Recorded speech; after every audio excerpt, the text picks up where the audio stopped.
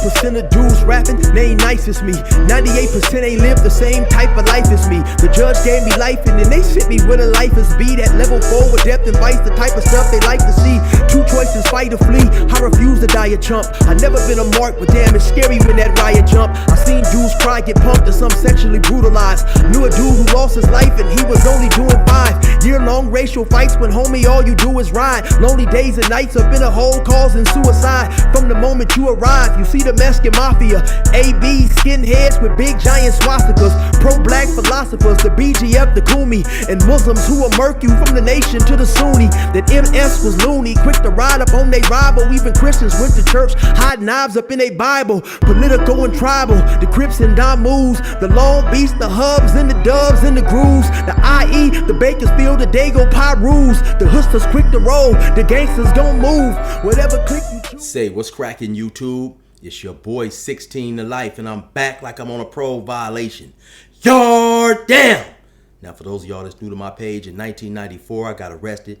I was eventually sentenced to 16 years plus life, and I served 24 years straight in the California prison system. Now, let's hop right up into this story.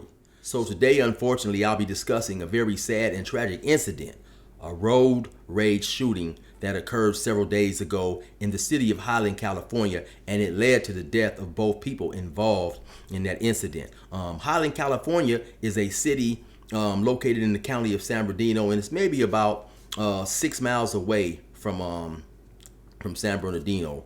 So let me play you guys the news video discussing this incident. Investigators say one of the drivers clipped the other. They ended up in a parking lot and each had a gun. One of the men had his 2 very young children in his car. They saw it all. Inland Empire Bureau Chief Rob McMillan has the tragic details. What started out as a simple traffic collision ended with 2 frustrated drivers shooting each other. A violent end to yet another case of road rage on SoCal freeways. We all get angry on the road sometimes, especially these days. There's so much traffic out there and so many things going on. But this is a great example of how things can go wrong so quickly. It started out on the 210 freeway on Saturday evening in Highland. A guy riding his motorcycle lane splitting, accidentally clipping the side of another car. But that motorcyclist didn't stop, and the driver he hit decided to take off after him. The pursuit lasting for about half a mile, ending in this parking lot on Baseline. When they arrived in that parking lot, the man in the sedan, the suspect, began yelling at the motorcycle driver. They became confrontational. They were both armed, and a shooting occurred, and both of them ended up deceased at the end of the night. What's even more shocking, deputies say the driver of the sedan had his 2 small kids in the back seat. And the 2-year-old and a 5-year-old were in the back seat of the car. Thankfully, neither of them were injured. But because of all of this, they no longer have a father. That's correct. So the incident took place while the driver of a motorcycle was performing a maneuver known as lane splitting. And actually what that is where the motorcycle will actually drive between the 2 lanes and cars. I did a little research on that, and I seen a few things that wasn't necessarily 100% clear. It said that there was only 3 states that allowed lane splitting, but then I seen something else that said California was the only state that allowed lane splitting, and there was a couple of other states that allowed lane filtering. Well, here in California, we see motorcycles lane split often, so I know it's illegal in some states, but what about here in California? Well, it can be legal, and it also can be illegal. First and foremost, you have to understand that motorcycles, most of them are air cooled. So therefore, in warm weather and stopped traffic, it only takes a matter of minutes and they can start to overheat. The other thing you need to remember as well is that motorcycles don't have a cushion of safety around them, like doors and bumpers to protect them in the event of a crash. So a stop and go heavy traffic situation could be very dangerous for the motorcyclist in that type of situation. Somebody not paying attention, a non-injury collision with another vehicle could be a major injury collision with a motorcycle. So in California, it is legal under certain circumstances to lane split. So mostly when the weather is hot and you're in stop and go traffic. Well, the law actually allows them to split even when it's not hot outside, but it has to be done under certain circumstances, and that is this. It has to be done on a broken white line. That is where more than one lane are traveling in the same direction. It cannot be done on a solid white line or a solid yellow line. That is called passing on the shoulder, and that is illegal. We do not recommend that they go over 35 miles per hour, and at no time do we recommend that they go more than 10 miles an hour faster than the prevailing movement of traffic. So basically, if traffic's moving, they shouldn't be splitting traffic. Now also, as you can see by the video of motorcycles lane splitting that I'm gonna insert into this video, depending on the driver of the motorcycle, that lane splitting can definitely be something that's extremely dangerous, right? Once I got released from prison and I started driving again, it's something that I immediately noticed, and I'm thinking like, damn, when did they start allowing motorcycles to do this? Because I've been riding motorcycles ever since about the age of 7 years old.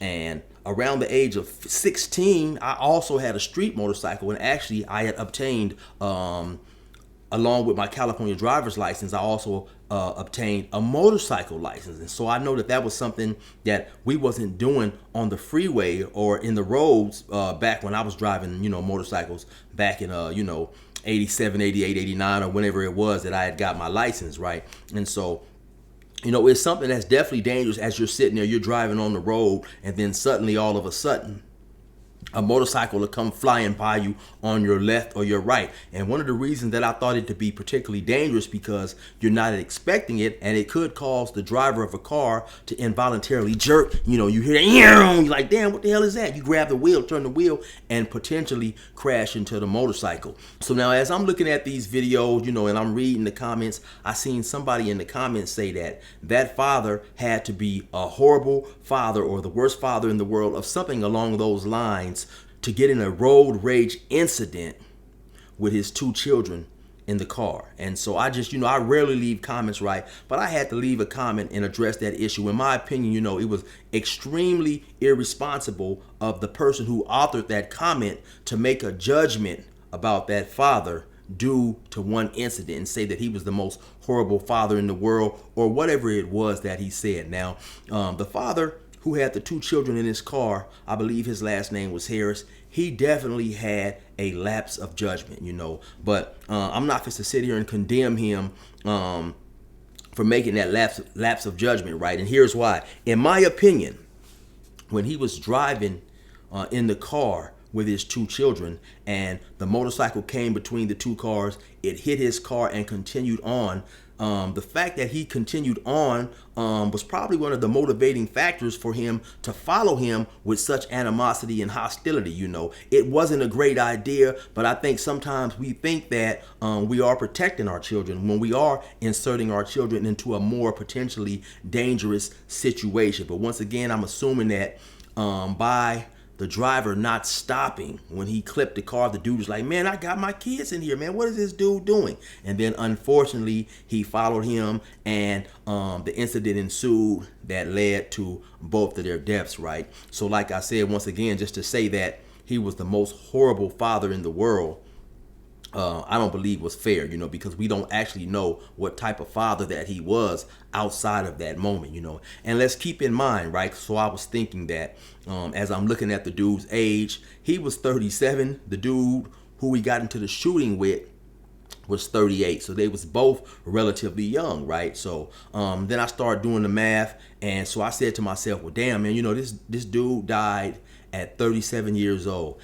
If I happen to die at the age of 37 years old, and now at my age today, which today happens to be my birthday, I'm 53, right? That would be 16 years of experience, of life circumstances, of learning that I was unable to acquire, And so 37 is extremely young, and I know that sometimes it seems as we get older, as we mature, or at least in my case, certain things are not as important to me 15, 20 years ago as they are today, One thing that I learned, and I think one good thing about me personally, right?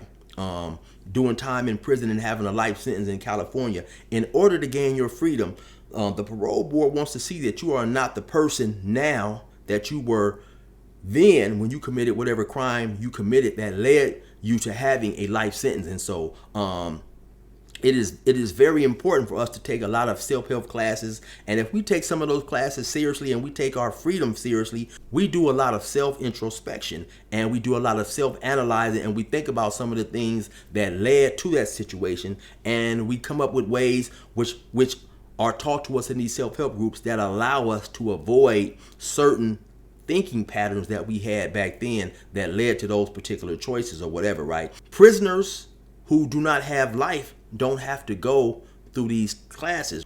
And of course, people on the street many times, they don't get introspective with themselves. They don't take self-inventory, and we all see ourselves as nothing being wrong with ourselves, right? And so just for me personally, those classes were very helpful in navigating and avoiding a lot of the situations that we run into out here on the street, because things definitely can get problematic out here on the street. And then once again, like I say, I drove motorcycles for a long time out there on the street, and I know that riding a motorcycle, sometimes it can give a person a sense of invincibility. You know, you're out there on that motorcycle, which is you riding, you flying, you going fast. You know, I definitely was reckless on my motorcycle, and I believe that if I had gotten into a bad accident on my motorcycle back when I was young, passed away, or just a bad accident period, there would have been many people in Bannon who weren't surprised. And once again, you know, driving a motorcycle can make many people overconfident in their motorcycle driving skills, and eventually cause them to become careless and one day end up in an accident. I definitely do think that it was a grave mistake for the father with the two children in the car to follow this guy and become confrontational. You know, I made a video about a few months ago, and I forget the exact name of that video, but I mentioned in that video, nowadays I try to stay mindful and treat everybody whom I encounter as if they're armed, because nowadays you do have many people who carry guns on a daily basis, right? And I do know that when I used to carry a gun back in my days when I had a gangbang mentality and I was a prolific popper of the pistol, you know, a lot of times we confuse why we are carrying a gun. Even though I wasn't confused, I was carrying a gun because I was a gang member and I had a shoot first mentality. But a lot of people carry guns, they claim, quote unquote, for protection, right? A gun is definitely a great thing to use as protection, especially in the home. But once we start taking the gun with us outside the home, things become extremely tricky, and we have to be mature, and we have to not allow the gun to then allow us to get in situations that we would not get in if we did not have the gun. You know, a lot of times people confuse having a gun for protection with having a gun for confrontation, and they become confrontational because the gun on their hip or on their waistband or wherever they're carrying it gives them a sense of confidence and a sense of courage that they wouldn't have if they didn't have that gun. And then sometimes it makes them overconfident in certain situations that may escalate. And as we see here in this situation, both of these people had a gun and they got into a shootout, and it turned deadly for both of them. So of course, one of the grave errors that the father did make was approaching this dude or following this dude and getting confrontational with him when he did have his two children in the car. You know, I don't know if he did give any consideration to the motorcycle driver being armed. But as we found out, and he also found out that, yes, the driver was armed. And when he returned fire, of course, the father and driver of the car did potentially risk his children to harm and death when bullets entered that car. You know, fortunately for them, they was not hit. But I'm definitely sure at least the older one, the 5-year-old, will definitely be traumatized to what she unfortunately had to witness in terms of that shooting and her father eventually passing away. And once again, like I say, a lot of times I feel that we assume we are actually protecting our kids, or we're doing things in the name of protecting our kids, when actually we're introducing our children to potential violence and potential trauma. Even these times when we may be at the store and we get into a confrontation with a person, I trip on this, right? How people will get into a confrontation with their small children right there in close proximity of what's going on, you know. Now say you might be the best fighter in the world. Say the dude happens to get a lucky punch in. Say he happens to get a lucky punch in, knocks you down, then beats you brutally in front of your children. I'm sure they're going to be traumatized for an extremely, extremely long time due to the violence that they saw take place. So as parents, as adults, as mature people, we definitely have to do more thinking when we have our children with us, and just more thinking, period. You know, I know that also when I was released from prison, one of the things that I noticed is it seems like everybody is in a big rush to pretty much get nowhere. Sometimes I'll be driving and it'll be a car behind me, and this car will speed up, make these maneuvers just to hop in front of me. Those dangerous maneuvers you made to get right in front of me, was it really worth it? When I'm driving, I always try to remain calm, not get too upset. Though sometimes it doesn't always happen. You know, sometimes it's easy to get frustrated when you're driving. But anyway, unfortunately, like we see, this road rage incident led to the shooting deaths of 2 people. It's extremely unfortunate. Anyway, several people messaged me, some people DM'd me and asked me to cover this video, to give my opinion, to do a reaction to it. And so that's what I'm doing today. Once again, I send my condolences out to the families of everyone who was affected by this tragedy, who lost loved ones in this tragedy. It's definitely something that's unfortunate. And so yes, my condolences go out to both families. You guys already know what it is. It's your boy 16 to life. Resume normal program.